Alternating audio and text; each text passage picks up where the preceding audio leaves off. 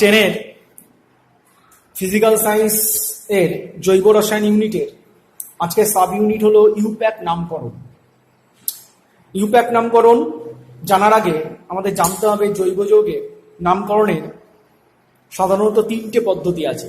একটি হচ্ছে প্রচলিত পদ্ধতি, একটি হচ্ছে প্রতিস্থাপিত পদ্ধতি, আরেকটি হচ্ছে ইউপ্যাক পদ্ধতি। সবচেয়ে গুরুত্বপূর্ণ হচ্ছে ইউপ্যাক পদ্ধতি। আমরা প্রতিস্থাপিত পদ্ধতি একেবারেই এখানে আলোচনা করব না, আমরা একটু প্রচলিত পদ্ধতি আলোচনা করার পরই ইউপ্যাক পদ্ধতিতে ঢুকে যাব। দেখো, প্রচলিত পদ্ধতি বিষয়টা কি? যখন জৈব যৌগ খুব কম পরিমাণে ছিল, অর্থাৎ জৈব রসায়নের একেবারে গোড়ার সময়, তখন জৈব যৌগের সংখ্যা খুব কম ছিল। তখন জৈব যৌগগুলির নামকরণের নির্দিষ্ট কোনো পদ্ধতি ছিল না। তখন বিজ্ঞানীরা, রসায়ন বিজ্ঞানীরা তাদের উৎস বা তাদের ধর্ম, স্বাদ ইত্যাদির উপর ভিত্তি করে তারা নামকরণ করেছিলেন। এমনকি এই নামকরণের সাহায্যে জৈব যৌগের আণবিক গঠন কাঠামো এবং শ্রেণীবিভাগ সম্পর্কে সুস্পষ্ট কোনো ধারণা পাওয়া যেত না। এই যে একই জৈব যৌগের বিভিন্ন দেশে বিভিন্ন নামকরণ ছিল প্রচলিত পদ্ধতিতে। যেমন আমরা একটু প্রচলিত পদ্ধতির উদাহরণের মধ্যে ঢুকি। দেখো, CH4 যৌগটা লিখেছি, যার নাম মিথেন, তোমরা জানো। এমনকি মিথেনকে অনেক সময় মার্স গ্যাসও বলা হয়, কারণ বদ্ধ জলাভূমিতে মিথেন পাওয়া যায়। বদ্ধ জলাভূমি মানে মার্সিল্যান্ড, মার্সি পুলস, তাতে মিথেন পাওয়া যায় বলে মিথেনের অপর নাম হচ্ছে মার্স গ্যাস। আবার এটা বায়ুর সংস্পর্শে মিথেন জ্বলে ওঠে, তার জন্য একে অনেকে ফায়ার ড্যাম্পও বলে।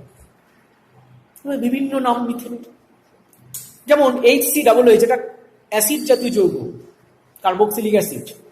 এর নাম হচ্ছে ফর্মিক অ্যাসিড। কিভাবে এসেছে? এটি লাল পিঁপড়ের হুলে পাওয়া যায়। লাল পিঁপড়ের ল্যাটিন নাম হচ্ছে ফর্মিকা, তার থেকে এর নাম হয়েছে ফর্মিক অ্যাসিড। যেমন CH3COH, এই অ্যাসিডটার নাম হচ্ছে অ্যাসিটিক অ্যাসিড। কিভাবে নামটা এসেছে? ভিনিগারে এই অ্যাসিড পাওয়া যায়, ভিনিগারের ল্যাটিন নাম হচ্ছে অ্যাসিটাম, তার থেকে এর নাম হচ্ছে অ্যাসিটিক অ্যাসিড। যেমন CH3OH, এটার নাম হচ্ছে মিথাইল অ্যালকোহল, একটা মিথাইল গ্রুপ আছে আর OH থাকলে অ্যালকোহল। এর অপর নাম হচ্ছে উড স্পিরিট, কারণ এটা কাঠের অন্তর্ধূম পাতন, বায়ুর অবর্তমানে কাঠকে পোড়ালে মিথাইল অ্যালকোহল পাওয়া যায়। কাঠের অন্তর্ধূম পাতন থেকে পাওয়া যায় বলে স্পিরিট জাতীয় পদার্থ, এই জন্য বলা হয় উড স্পিরিট। যেমন CONH2, এর নাম হচ্ছে ইউরিয়া। কেন বলা হয় ইউরিয়া? ইউরিন থেকে এটা পাওয়া যায়, তার জন্য এটার নাম হচ্ছে ইউরিয়া। এইভাবে জৈব যৌগগুলোকে প্রচলিত নামে বলা হতো। কিন্তু সমস্যা বলে দিয়েছি, এর আণবিক গঠন কাঠামো এমনকি ধর্ম সম্বন্ধে সঠিক কোনো ধারণা পাওয়া যেত না, এমনকি বিভিন্ন দেশে বিভিন্ন নামকরণ। তাহলে এই প্রচলিত বা সাধারণ পদ্ধতিতে নামকরণের একটা বিশৃঙ্খলতা দেখা দিচ্ছিল। তার জন্য বিজ্ঞানীরা কি করলেন? International union of pure and applied কেমিস্ট্রির যারা বিজ্ঞানীগণ, মানে বিশুদ্ধ এবং ফলিত রসায়নের যে সমস্ত বিজ্ঞানীগণ, তারা আন্তর্জাতিক সম্মেলন করে যত জৈব যৌগ আবিষ্কৃত হতে শুরু করলো, বিশাল সংখ্যক জৈব যৌগের সাধারণ পদ্ধতিতে নামকরণের বেশ কিছু অসুবিধা, সেটা দূর করার জন্য তারা আন্তর্জাতিক সম্মেলন করে জৈব যৌগের নামকরণের একটি সঠিক, সুশৃঙ্খল, বিজ্ঞানসম্মত পদ্ধতির প্রস্তাব করে। প্রথমে 1969 সালে এই প্রস্তাবটা করেছিলেন IUPAC, international union of pure and applied chemistry. পরবর্তীকালে এর নিয়মকানুনের কিছু পরিমার্জন ঘটেছিল 1993 সালে। এই যে পদ্ধতি, তাকেই আমরা ইউপ্যাক পদ্ধতি বলে জানি। তবে মনে রাখতে হবে যে ইউপ্যাক পদ্ধতি আমরা তো জানবই, কিন্তু তার সাথে সাথে কিছু কিছু ক্ষেত্রে সাধারণ নামও জানতে হবে। সাধারণ নাম জানারও গুরুত্ব আছে। অনেক সময় হয়তো কোনো জৈব যৌগকে আমরা ইউপ্যাক নামে চিনতে পারছি না, সাধারণ নামে চিনতে পারছি, এমনও হয়। যেমন আমি যদি একটু উদাহরণ দিই, একটি ছেলের দুটি নাম আছে, একটি বাড়ির নাম, ডাক নাম, আর একটি হচ্ছে স্কুলের রেজিস্টার খাতায় যে নাম আছে। পাড়ার ছেলেরা কিন্তু তাকে বাড়ির নামেই ডাকে, চেনে, সেটাই তার নামে তাকে চেনে। সেই নামটা তার হচ্ছে প্রচলিত নাম। কিন্তু প্রচলিত নাম, আবার স্কুলে যে রেজিস্টার খাতায় সেটা তার ইম্প্যাক্ট নাম। দুটোরই কিন্তু গুরুত্ব আছে, তবে বেশি গুরুত্ব কিন্তু ইম্প্যাক্ট, সেটা কিন্তু অনেক বেশি সিস্টেমেটিক, নির্দিষ্ট নিয়মে চলে, হ্যাপাজার্ড নয়। এবার আমরা জৈব যৌগের ইম্প্যাক্ট নামকরণের মূল জায়গাগুলোতে ঢুকে যাচ্ছি। জৈব যৌগের ইম্প্যাক্ট নামকরণ করতে গেলে তিনটে মূল পার্ট আছে। একটি হচ্ছে প্রেফিক্স, উপসর্গ বলে, একটি হচ্ছে ওয়ার্ড রুট বা শব্দমূল, একটি হচ্ছে সাফিক্স বা প্রত্যয়। প্রেফিক্স দু রকম আছে, আমরা পরের পাতায় দেখাচ্ছি। সাফিক্স আমি লিখে দিয়েছি প্রাইমারি সাফিক্স এবং সেকেন্ডারি সাফিক্স। একটা হচ্ছে প্রধান প্রত্যয়, একটা হচ্ছে অপ্রধান প্রত্যয়। মনে রাখবে যে ওয়ার্ড রুট এবং প্রাইমারি সাফিক্স ছাড়া কোনো জৈব যৌগ হয় না, এটা কিন্তু থাকতেই হবে। আর প্রেফিক্স আর সেকেন্ডারি সাফিক্স থাকতেও পারে, নাও থাকতে পারে। তবে প্রেফিক্স আমাদের ক্লাস 10 সিলেবাসে সেই অর্থে নেই, একটু জাস্ট আলোচনা করেই আমরা ছেড়ে দেব। প্রথমে তিনটে পার্টের মধ্যে আমি ওয়ার্ড রুট বলবো, যেটাই হচ্ছে মেরুদণ্ড, মূল মাঝের অংশ মেরুদণ্ড, তার আগে প্রেফিক্স পরে সাফিক্স। দেখো ওয়ার্ড রুট কি? জৈব যৌগের অণুর দীর্ঘতম নিরবচ্ছিন্ন কার্বন শৃঙ্খল, মানে জৈব যৌগের অণুর মধ্যে কোনো একটা প্রান্ত থেকে কার্বন কাউন্ট করতে করতে আমরা একমুখী গমন করে সর্বোচ্চ কতগুলো কার্বন পাবো। দীর্ঘতম নিরবচ্ছিন্ন কন্টিনিউয়াস চেনে ম্যাক্সিমাম কতগুলো কার্বন পাবো, সেই কার্বনের সংখ্যাই হবে ওয়ার্ড রুট। আর ওই যে কার্বন শৃঙ্খল, তাকে আমরা বলি মেইন চেনও বলি, বা প্রিন্সিপাল চেনও বলি, বা রুট চেনও বলি। দেখো 1 থেকে 10 পর্যন্ত কার্বন সংখ্যা নিয়ে ওয়ার্ড রুটের নামগুলো তোমরা মনে রাখবে। যেমন 1 হলে মিথ, 2 হলে ইথ, 3 হলে প্রোপ, 4 হলে বিউট, 5 হলে পেড, 6 হলে হেক্স, 7 হলে হেপ, 8 হলে অক্ট, 9 হলে নন, 10 হলে ডেট। তাহলে ওয়ার্ড রুট নিয়ে আমরা পরে আলোচনা করব, এইগুলো একটু মুখস্থ রাখবে, বই থেকে তোমরা পড়বে, যে কোনো বইতেই পাবে। এবার আমরা চলে আসবো সেটা হচ্ছে প্রেফিক্স নিয়ে আলোচনায়।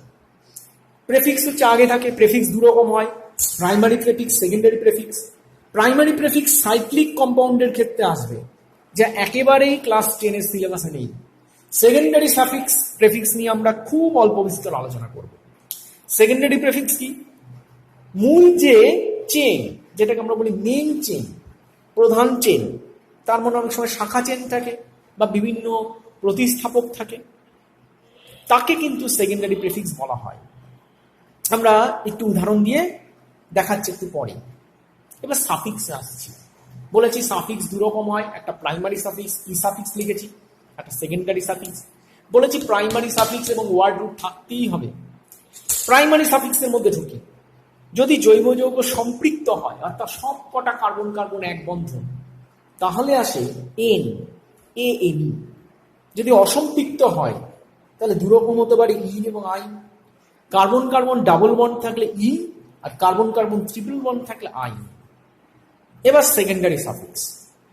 কার্যকরীমূলক যদি থাকে, তোমরা কার্যকরীমূলক সম্বন্ধে ধারণা পেয়েছো আগে, বিভিন্ন কার্যকরীমূলক সম্বন্ধে পেয়েছো। যেমন আমি কয়েকটা যদি উদাহরণ দিই, ওইচ মূলক, হাইড্রক্সি মূলক, COOH মূলক, কার্বক্সি মূলক, অ্যালডিহাইড, কিটোন ইত্যাদি, তাদের জন্য কিন্তু সেকেন্ডারি সাফিক্স আসবে। ঠিক আছে, এবার আমি কয়েকটা সেকেন্ডারি সাফিক্স দেখাচ্ছি, যে কটা মোটামুটি তোমাদের সিলেবাসে আছে। যেমন প্রথমে লিখেছি ওইচ, তাহলে সেকেন্ডারি সাফিক্স হিসেবে নাম হয় কি? All, OL। আর জৈব যৌগের শ্রেণী হয় অ্যালকোহল শ্রেণীর যৌগ, অর্থাৎ অ্যালকোহলের মধ্যে ওইচ গ্রুপ থাকবে, ওইচ গ্রুপের জন্য সেকেন্ডারি সাফিক্স হবে অল। তারপরে দেখো CHO, CHO গ্রুপ থাকলে সেই শ্রেণীর জৈব যৌগ হয় অ্যালডিহাইড, এবং তার সেকেন্ডারি সাফিক্স হিসেবে নাম হয় অ্যাল। C ডাবল বন্ড ও, কার্বনের অবশিষ্ট যোজ্যতা ফাঁকা আছে, সেখানে কোনো জৈব গ্রুপ ঢুকবে, আমরা কিটোন বলি। কিটোনের সেকেন্ডারি সাফিক্স হিসেবে নাম হচ্ছে ওন। তারপরে দেখো COOH, এই গ্রুপটা থাকলে বলে কার্বক্সিলিক অ্যাসিড। এই কার্বক্সিলিক অ্যাসিড থাকলে তাকে, বা COOH গ্রুপ থাকলে সেকেন্ডারি সাফিক্স হিসেবে নাম আসে উইক অ্যাসিড। তাহলে আমরা root, word root, prefix, suffix সম্বন্ধে ধারণা কিছুটা দিলাম। এবার আমরা নামকরণে ঢুকে যাচ্ছি। আমরা স্টেপ বাই স্টেপ নামকরণ করব। প্রথমে অ্যালকেন, তারপরে অ্যালকিন, তারপরে অ্যালকাইন, তারপরে আমরা অ্যালকোহল বা অন্যান্য কার্যকরীমূলক নিয়ে নামকরণে ঢুকব। প্রথমে দেখো অ্যালকেনের নামকরণ আছে, ভালো করে শুনবে। অ্যালকেনের নামকরণ দেখো, অ্যালকেনের নামকরণ আমি 3টে পার্ট লিখেছি, একটা প্রেফিক্স, একটা ওয়ার্ড রুট, একটা প্রাইমারি সাফিক্স। এখানে কোনো সেকেন্ডারি সাফিক্স থাকে না। এই ওয়ার্ড রুট আর প্রাইমারি সাফিক্সের উপর স্টার দেওয়া হয়েছে, মানে এই দুটো থাকতেই হবে। আর প্রেফিক্স থাকতেও পারে, নাও থাকতে পারে। আমি প্রথম 4টে উদাহরণের ক্ষেত্রে কোনো প্রেফিক্স রাখিনি, পরবর্তী 2টো উদাহরণ দেখাবো তাতে প্রেফিক্স থাকবে, ঠিক আছে? তাতে দীর্ঘতম নিরবচ্ছিন্ন যে কার্বন শৃঙ্খল ওয়ার্ড রুট সম্বন্ধে একটা ধারণা পাবে। প্রাইমারি সাফিক্স সবসময় এন আসবে, আর ওয়ার্ড রুটটা তো রুট চেনে কার্বন সংখ্যা অনুসারে। দেখো উদাহরণ দিয়েছি CH4, একটাই কার্বন আছে রুট চেনে, তাহলে ওয়ার্ড রুট হবে মিথ, প্রাইমারি সাফিক্স এন। তারপরে CH3 দুটো কার্বন আছে, দীর্ঘতম নিরবচ্ছিন্ন চেনে, এখান থেকে যাত্রা শুরু করে সোজা গেলেও দুটো, এখান থেকে গেলেও দুটো, ম্যাক্সিমাম দুটো কার্বন পাবো কন্টিনিউয়াস চেনে, তাহলে ইথ আসবে, তার সাথে এন ইথেন। তারপর দেখো 1, 2, 3টে কার্বন আছে, যে কোনো একটা থেকে কার্বন প্রান্ত থেকে যাত্রা শুরু করে সোজা গেলে ম্যাক্সিমাম 3টে পাবো, তাহলে প্রোপ আসবে ওয়ার্ড রুট সঙ্গে এন প্রোপেন। এখানে 4টে কার্বন আছে মেন চেনে, কোনো শাখা নেই, এগুলো সব শাখাবিহীন, পার্শ্ব শাখা নেই, তাহলে বিউট যুক্ত এন বিউটেন। এখানে কোনো প্রেফিক্স রাখা হয়নি, জাস্ট ওয়ার্ড রুট আর প্রাইমারি সাফিক্স। এবার প্রেফিক্স দিয়ে আমরা একটু আলাদা করে দেখাচ্ছি। ধরো একটা উদাহরণ দিচ্ছি, CH3 CH2 CH3, এখানে একটা CH3 রাখছি, ভালো করে শুনবে। এখানে ভালো করে শোনো, এখানে আমি যদি সোজা বেরিয়ে চলে যাই তাহলেও 3টে কার্বন, এইভাবে গেলেও 3টে, এইভাবে গেলেও 3টে, তাহলে আমার কিন্তু দীর্ঘতম নিরবচ্ছিন্ন কার্বন শৃঙ্খলে ম্যাক্সিমাম 3টে থাকবে, 4টে থাকবে না। তাহলে আমি 3টে কার্বন নিয়ে মেইন চেনটা চিহ্নিত করলাম, এটাকে ধরে নিলাম মেইন চেন। এটাই হচ্ছে মেইন চেন বা রুট চেন। এর ওয়ার্ড রুট হবে প্রোপ, আর এটা দেখো শাখাতে আছে, পার্শ্ব শাখা।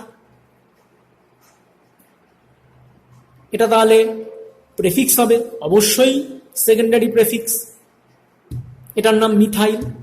এবার রুট চেনে নাম্বারিং করতে হবে, এখান থেকে বাদিক থেকে নাম্বারিং করলেও 2 নম্বরে পাবো পার্শ্ব শাখা, ডান দিক থেকে করলেও 2 নম্বরে পাবো পার্শ্ব শাখা। কোনো একটা প্রান্ত থেকে নাম্বারিং করি, ধরো বাম দিক থেকে নাম্বারিং করি 1, 2, 3, তাহলে 2 নম্বরে প্রেফিক্স পাচ্ছি। তাহলে প্রথমে প্রেফিক্স আসবে, তাহলে 2 মিথাইল আসবে, এটার নাম মিথাইল, তোমরা জানো আগেই।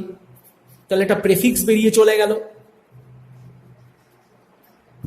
তারপরে আসবে রুট, যেটা আসবে মেইন চেনে রুট, প্রোপ আসবে, মনে রাখবে প্রথমটা বড় হাতের, তারপরে সব ছোট হাতের, তারপরে আসবে রুট, তারপরে আসবে প্রাইমারি সাফিক্স, আসবে প্রাইমারি সাফিক্স এন, এটা আসবে এন। তাহলে টোটাল নামটা হলো 2 মিথাইল প্রোপেন। আরেকটা উদাহরণ দিই, ধরো CH3 CH2 CH3 CH2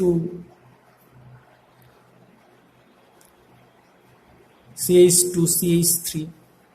দেখো আমি যদি এইভাবে ভাবি তাহলে মেইন চেনে কার্বন হচ্ছে 4টে। আমি যদি এইভাবে যাই তাহলে মেইন চেনে কার্বন হবে, এইভাবে যদি ভাবি মেইন চেনে কার্বন হবে 5টা, আর যদি সোজা যাই তাহলে মেইন চেনে কার্বন হবে 6টা, তাই তো? তাহলে এখানেই হবে কি সর্বোচ্চ সংখ্যক কার্বন, তাহলে এটাই হবে মেইন চেন, এটাই হচ্ছে দীর্ঘতম নিরবচ্ছিন্ন কার্বন শৃঙ্খল। এখানে কটা কার্বন আছে দেখতেই পাচ্ছ, 6টা। তাহলে 6টা কার্বন থাকলে এখানে ওয়ার্ড রুট হবে হেক্স, আর এটা হচ্ছে প্রেফিক্স। এখন নাম্বারিং আমরা যদি বাদিক থেকে করি মেইন চেনে, তাহলে 3 নম্বরে পাবো প্রেফিক্স, আর ডান দিক থেকে করলে 1, 2, 3, 4-এ পাবো। যেদিক থেকে গেলে প্রেফিক্সকে আগে পাবো কোন একটা প্রান্ত থেকে, সেই দিক থেকে নাম্বারিং করতে হবে। তাতে নাম্বারিংটা করতে হবে বাম দিক থেকে। তাহলে আসবে কি 1, 2, 3, 4, 5, 6। তাহলে প্রথমে প্রেফিক্স আসবো 3 নম্বর পজিশনে, তাহলে 3 বলা হবে মিথাইল, প্রেফিক্স বেরিয়ে চলে গেল। তারপর রুট চেন বা মেইন চেনে কার্বন সংখ্যা 6, তাহলে আসবে হেক্স, ওয়ার্ড রুট হেক্স। তারপরে প্রাইমারি সাফিক্স আসবে ইন। তাহলে এখান থেকে তোমরা পার্শ্ব শাখা সম্পর্কে ধারণা পেলে, প্রেফিক্স সম্বন্ধে ধারণা পেলে। ঠিক আছে, এখানে নামকরণ, প্রেফিক্স, ওয়ার্ড রুট আর প্রাইমারি সাফিক্স নিয়ে আসবে। ঠিক আছে, এবার আমরা চলে আসছি অ্যালকেনের নাম হয়ে গেল, এবার আমরা অ্যালকিনের নামের মধ্যে চলে আসি। অ্যালকিনের ইম্প্যাক্ট নাম, অ্যালকিনের ইম্প্যাক্ট নামের মধ্যে জটিলতা আমি বাড়াচ্ছি না, তার জন্য কোনো প্রেফিক্স রাখিনি, শুধু ওয়ার্ড রুট আর প্রাইমারি সাফিক্স। প্রাইমারি সাফিক্স এখানে আসবে ইন। অ্যালকিনে ওয়ার্ড রুট আর প্রাইমারি সাফিক্স ইন দিয়েই সমস্ত নাম হবে।